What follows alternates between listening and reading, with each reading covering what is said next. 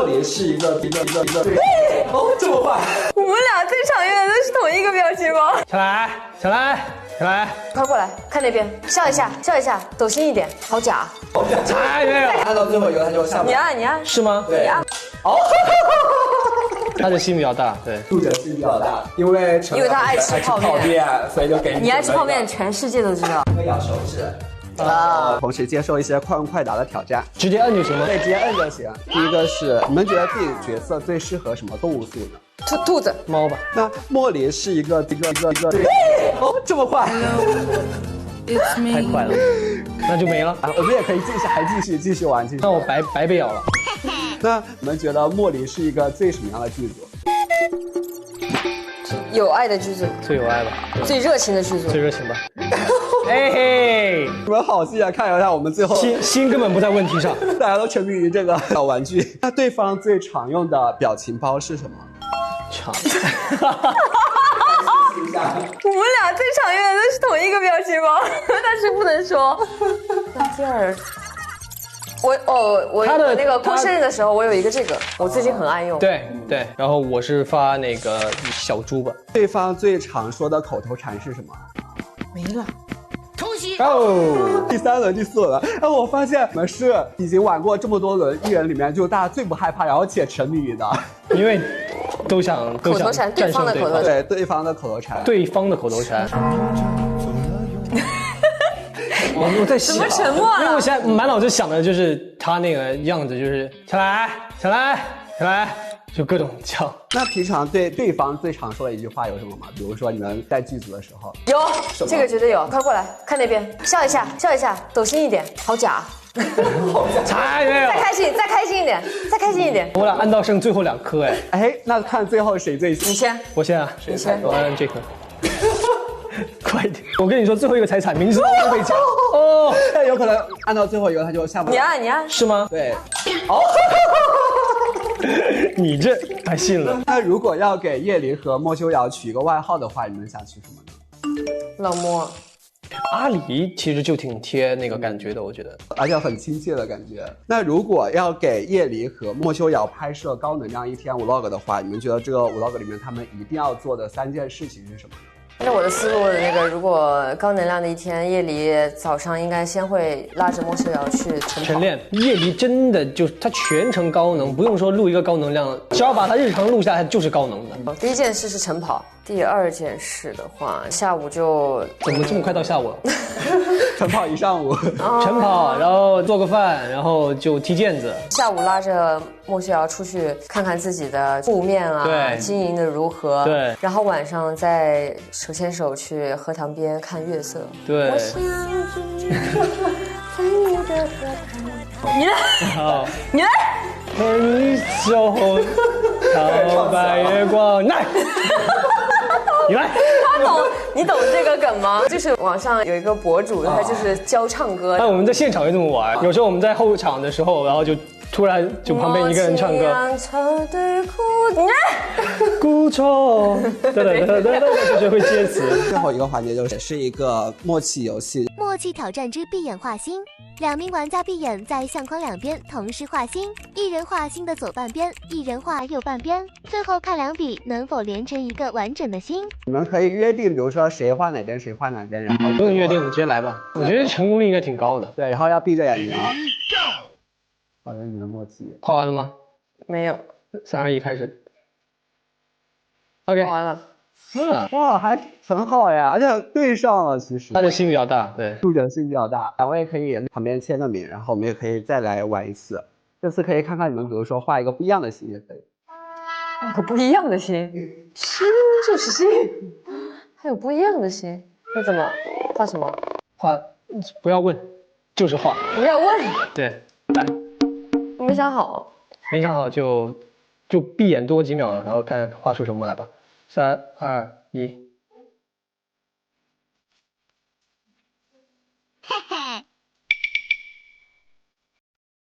好了，你画了个啥呀？我画了个爱心啊。你自己画了一个啥？当然也很像一个画。那我这边是不是可以擦了呀？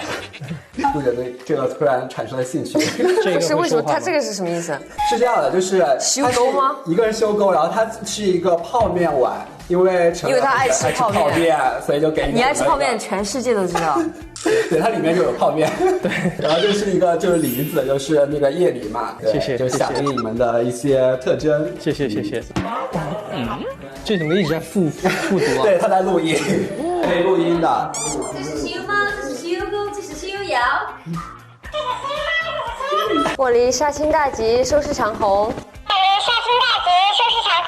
来，很可爱。你来。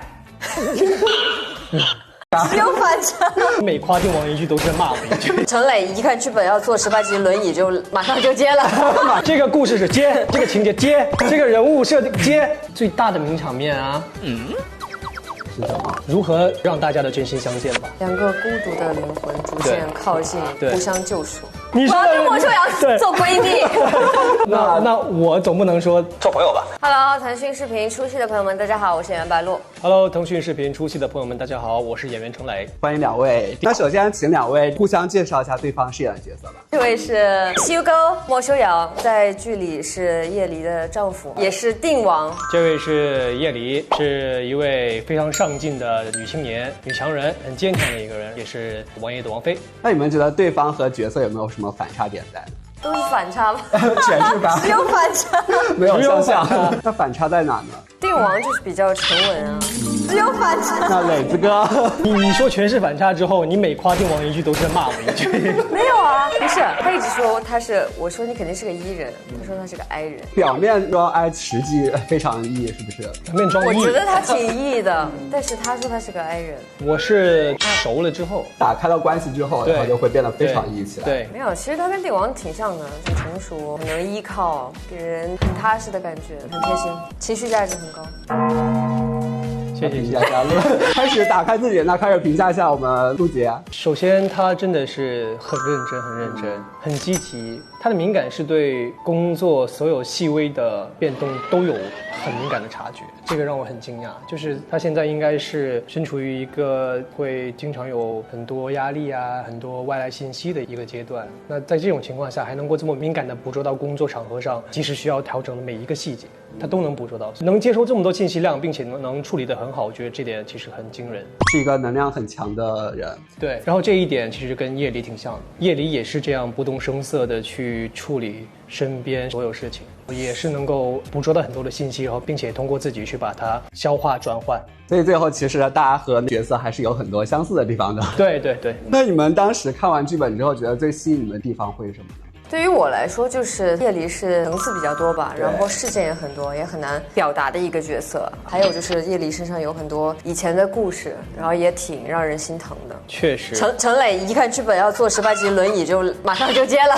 这个故事是接，这个情节接，这个人物设定接。一开始是坐轮椅的时候还没有那么久时间，后来调整着，就可能更加的接近现实，有一个疗愈的过程，就好像我的躯体跟我的心灵是同步疗愈的，这个过程就拉长了，所以就往后推了一段时间站起来，所以又多做了几集。然后站起来以后狂打，就我站起来第一天就狂打。刚会有那个不适应吗？因为轮椅上拍了那么多的戏了。不会，其实坐轮椅反而更难演，因为坐轮椅的话，你肢体不能动太多，没那么好借助表达。那这部戏其实我看名场面也非常多，分享几个你们拍摄觉得最名场面的有什么呢？哇，真的好多。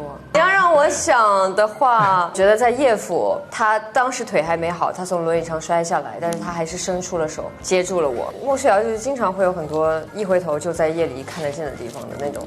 还有就是和离呗，和离比较名场面。他们和离之后，夜里好像没有发生过一样，又回到骊山。然后我觉得那个镜头就是莫世瑶知道了一切，知道其实他生病了，知道了他生了很重的病，然后回骊山去找他，然后他一夜白头，一夜白头。我觉得也挺名场面的。然后去到那个屋子的瞬间，莫世瑶那种不敢置信的眼神，就看他说阿离，然后叶离就是很懵懂，他不是说你怎么来了什么，他只是上前摸了一下他的头发，说你头发怎么白了，挺戳心。那你们拍的时候当时的感受怎么样？就内心感觉就挺虐的。对，我觉得那一场比较那场是我走戏的时候都快憋不住的一场，就是我拉着他，给他介绍外祖父夫子们，其实什么人都没有，摆了3张空桌子，我们也拍了2个版本，就在我的世界里是他们都在的，而且都在回应我，但是在他的眼里就只有我一个人在跟无数空气说话，那一场戏是真的挺难受的。那陈磊呢，有没有什么要分享补充的？名场面，你站起来啊！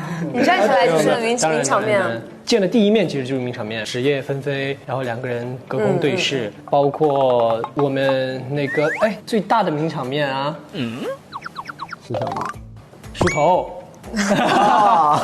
因为领导的戏里面都会有女主跟男主梳头。对，然后我们开拍前已经聊这个话题，然后当时说期待了很久了，毕竟还是安排上了。其实真正意义上第一次恢复站起来是只有小部分人知道，那一次真正意义上的恢复，其实我觉得很感人，因为阿离鼓励我站起来，但是我走了几步之后又摔倒了，然后那个强忍和那个感恩是一个很交错的一个心情，那场其实也挺名场面的。看来我们剧真的名场面非常多。其实他们俩是属于先婚后爱嘛，那你们觉得说他们是从什么时候开始爱上对方的呢？小时候被莫修瑶救过一次，对，然后他就一直对这个人有一种悸动吧，我觉得是。然后后来包括也是答应了他哥哥要为定王府昭雪。